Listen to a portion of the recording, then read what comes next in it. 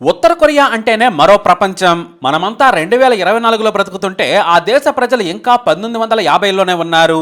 ఎందుకంటే అక్కడ ఉంది నియంత పాలన. కిమ్ జాంగ్ ఉన్ ఓ పిచ్చివాడు. ఈ పిచ్చోడి చేతిలో ఉత్తర కొరియా జనం నరకం చూస్తున్నారు. అతని షరతులకు కనీసం ఇష్టమైన వంటకం కూడా తినే పరిస్థితి లేదు. కానీ తాను మాత్రం రాజభోగాలు అనుభవిస్తాడు.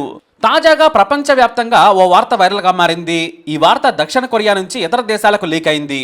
అదే ప్లెజర్ గ్రూప్. ఆ గ్రూప్ ఏంటంటే ఉత్తర Korea supreme leader Kim Jong Un కోసం యవ్వనంలో ఉన్న కన్యలు సంతోష పెట్టేందుకు ఏర్పాటు చేసిన ఓ గ్రూప్ అన్నమాట.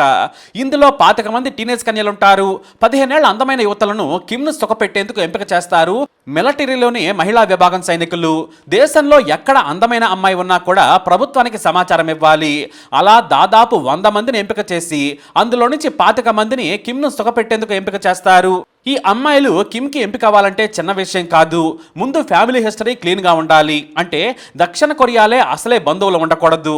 ఈ దేశం నుంచి అక్కడికి వెళ్ళిన వారు కానీ, ఆ దేశం నుంచి వచ్చి ఇక్కడ స్థిరపడ్డ వారు కానీ ఉండకూడదనేది మొదటి రూల్. ఆ తర్వాత ఏ ఫారిన్ కంట్రీస్లో కూడా బంధువులు ఉండకూడదు. ఇక ఆరోగ్యపరంగా ఎలాంటి పెద్ద ప్రమాదకరమైన జబ్బులు కుటుంబంలో ఎవరికి వచ్చి ఉండకూడదు. అలాగే ఆ యువతి తల్లిదండ్రులు కిమ్ పాలనకు ధర్మబద్ధులై ఉండాలి.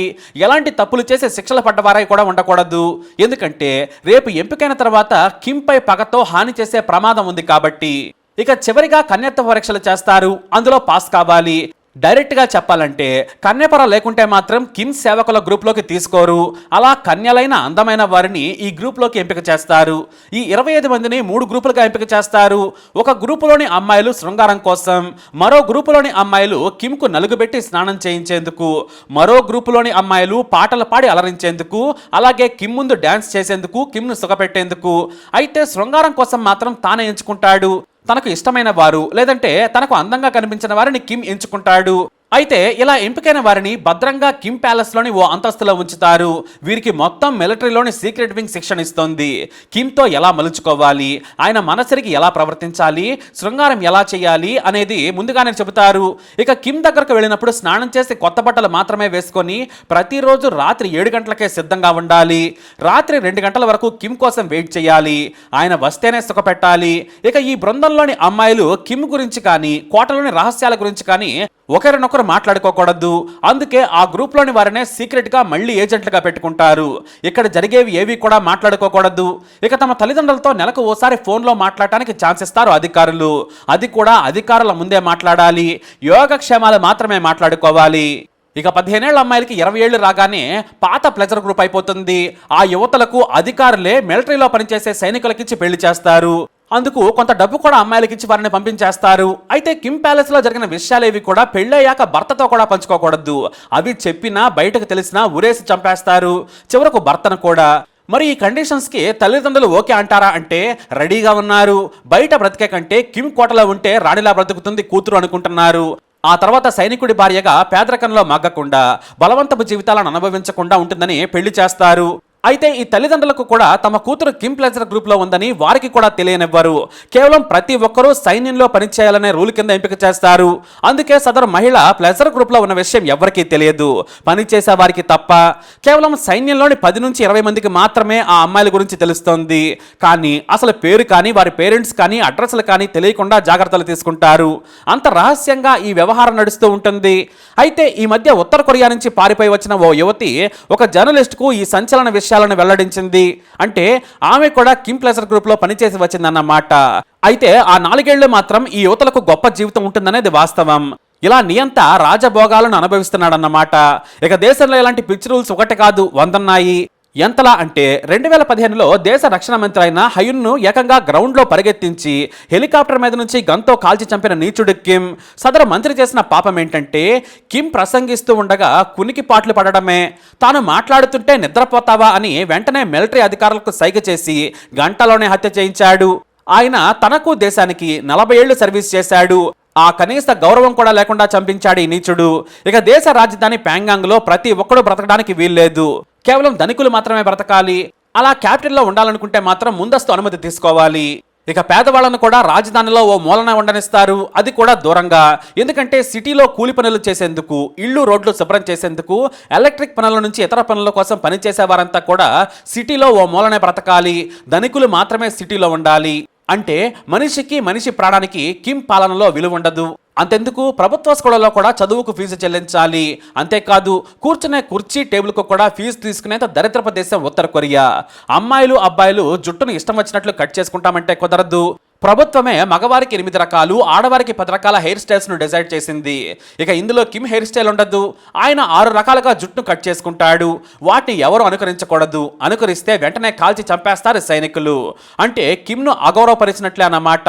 ఫోన్ సౌకర్యం ఉంది కదా అని కొంతమంది ఇంటర్నేషనల్ కాల్స్ చేయడానికి ప్రయత్నిస్తే వెంటనే పోలీసులు వచ్చి అరెస్ట్ చేస్తారు. ఇక విదేశాలకు చెందిన సినిమాలు కానీ పాటలు కానీ వినకూడదు. ఉత్తర కొరియాకు చెందిన టీవీలో వచ్చే సంగీతం మాత్రమే ఆస్వాదించాలి. అక్కడి సినిమాలను మాత్రమే చూడాలి. ఇక ఉత్తర కొరియాలో ఫుట్బాల్, వాలీబాల్ నుంచి బాస్కెట్బాల్ వరకు గేమ్స్ ఉన్నాయి. కానీ వాటి రూల్స్ మాత్రం భిన్నంగా ఉంటాయి. కేవలం ఉత్తర కొరియా రూల్స్ ప్రకారమే ఆడాలి.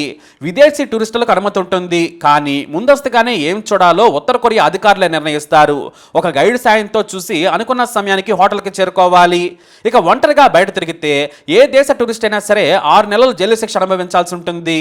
ఇక దేశంలో అత్యంత భయంకరమైన చట్టం దేశద్రోహం. ఇందులో కిమ్ ముందు నిద్రపోయినా దేశద్రోహమే, అతనిలా హెయిర్ స్టైల్ చేసుకున్న దేశద్రోహమే. ఇక దేశం విడిచి పారిపోవాలనుకుంటే మాత్రం 3 తరాల వారిని కాల్చి చంపుతారు అధికారులు. అంటే ఒక యువకుడు దేశం దాటి పారిపోవాలని ప్రయత్నిస్తే అతని భార్య, పిల్లలు, అతని తల్లిదండ్రులు, అతని తాత నానమ్మలను చంపేస్తారు. ఒకవేళ తాత నానమ్మలు లేకుంటే పిల్లలను పనిష్మెంట్ క్యాంపుల్లో వేసి చనిపోయే వరకు పని చేయించుకుంటారు. ఇంతటి దారుణమైన శిక్షలుంటాయి అక్కడ. ఇక ఉత్తర కొరియాలో మత ప్రచారం నిషేధం. బైబిల్ను కూడా నిషేధించాడు కిమ్. అది మనుషులను మారుస్తుంది, పాశ్చాత్య పోకడలను అలవాటు చేస్తుందని నిషేధించారు. ఇలానే అమెరికాకు చెందిన జెఫ్రీ అనే టూరిస్టు తన బైబిల్ను హోటల్ గదిలో మరిచిపోవడంతో దేశం విడిచి వెళ్లకముందే ట్రైన్ ఎక్కబోతుంటే స్టేషన్లోనే అరెస్టు చేసి 5 నెలల జైలు శిక్షణ అమలు చేశారు. మరో విదేశీ మహిళ బైబిల్ను ప్రజలకు ఉచితంగా పంచుతూ మత ప్రచారం చేస్తుండగా పట్టుకొని ఆమెను కూడా కాల్చి చంపారు. ఇలా దారుణమైన చట్టాలు కోకొల్లలుగా ఉన్నాయి. అక్కడి ప్రజలకు కిమ్ దేవుడు కాదు, కిమ్ను దేవుడిగా చూడాలి. కాకపోతే ఆ ప్రజలను మాత్రం కిమ్ గాలికి వదిలేస్తాడు. ఉత్తర కొరియా ప్రజలకు సెల్ ఫోన్లు, ల్యాప్టాప్లు తెలియవు పాపం. టెక్నాలజీ దూరంగా ఉంచేందుకు ఐసోలేషన్ పాలసీని అమలు చేస్తోంది. అయితే దక్షిణ కొరియా ప్రపంచానికే టెక్ హబ్ మ్యానుఫ్యాక్చర్గా మారిన విషయం తెలిసిందే. అందుకే ఆ దేశం నుంచి చిన్న ఎలక్ట్రానిక్ వస్తువు కూడా రాకుండా జాగ్రత్తలు తీసుకుంటున్నాడు. చిన్న నేరాలకు తీవ్రమైన శిక్షలను ప్రెజెంట్ క్యాంప్స్లో అమలు చేస్తారు. దేశానికి దేవుడు కిమ్, నాయకుడు కూడా కిమ్మే. అంతకు మించి అక్కడ మరోటి లేదు. ఇక రాత్రి వేళల్లో దేశమంతా పవర్ కట్ ఉంటుంది. కేవలం ప్యాంగ్యాంగ్లోని కిమ్ నివాసంతో పాటు రక్షణ కేంద్రాలకు మాత్రమే పవర్ సప్లై ఉంటుంది. పగల పవర్ ఉన్నా కూడా ఏసీలు వేసుకోవడానికి ఉండదు. కేవలం బల్బులు, ఇతరత్రా ఇస్త్రీలు చేసుకోవటం, ఫ్యాన్స్ లాంటి వాటి కోసమే పవర్ వాడాలి. ఇక ముఖ్యంగా చెప్పుకోవాల్సింది ఫైరింగ్ స్క్వాడ్. వీరు ఉన్నతాధికారుల తీర్పులను అమలు చేస్తూ ఉంటారు. ఒకవేళ తీవ్రమైన నేరం చేస్తే వెంటనే కాల్చి చంపే అధికారం వీరికి ఉంటుంది. గత ఏడాది 70 మంది ఉత్తర కొరియా వాసులు ఇంటర్నేషనల్ కాల్స్ చేసి దొరికిపోయారు. దీంతో ఓ పెద్ద గ్రౌండ్కి పిలిచి 1,00,000 మంది సమక్షంలో ఫైరింగ్ స్క్వాడ్ వారిని కాల్చి చంపింది. ఆ తర్వాత వారి మృతదేహాలను ట్రక్లో తీసుకెళ్లి ఒకే చోట గొయ్యి తీసి పాతిపెట్టొచ్చారు. అంతటితో వదలలేదు. వారి కుటుంబాన్ని దేశద్రోహులుగా ముద్ర వేసి ప్రెజెంట్ క్యాంపుకు తరలించారు. ఏ మాత్రం చిన్న తప్పు చేసినా అంతే సంగతులు. తీవ్రమైన శిక్షలు వేస్తాడు కిమ్. అలాగే 2010లో జరిగిన మరో ఆసక్తికరమైన విషయం బయటకు వచ్చింది. అదే ప్యాలెస్ ట్రైన్. ఇది ప్రత్యేకమైన 6 బోగీలతో ఉంటుంది. ఇందులో ఏది కావాలంటే అది దొరుకుతుంది. వంటకం నుంచి ఫారెన్ మెయిన్ వరకు అందుబాటులో ఉంటుంది.